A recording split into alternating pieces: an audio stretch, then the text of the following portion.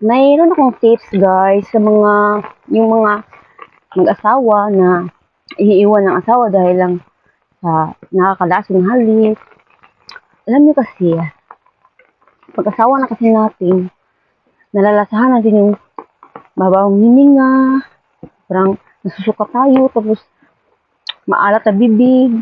Yung parang hindi na tayo gustong humalik kasi parang naano tayo. Iba kasi yung mag-boyfriend, mag-jowa kasi masarap, napakasarap ang halik noon. Kahit mabaho, hindi mo napansin na mabaho yung bibig niya, na may ano yung bibig niya, hindi mo napapansin kasi ano pa kayo mag-boyfriend, mag-jowa. Parang feel na feel niyo pa yung mga masarap ng mga halik, ganun, oo.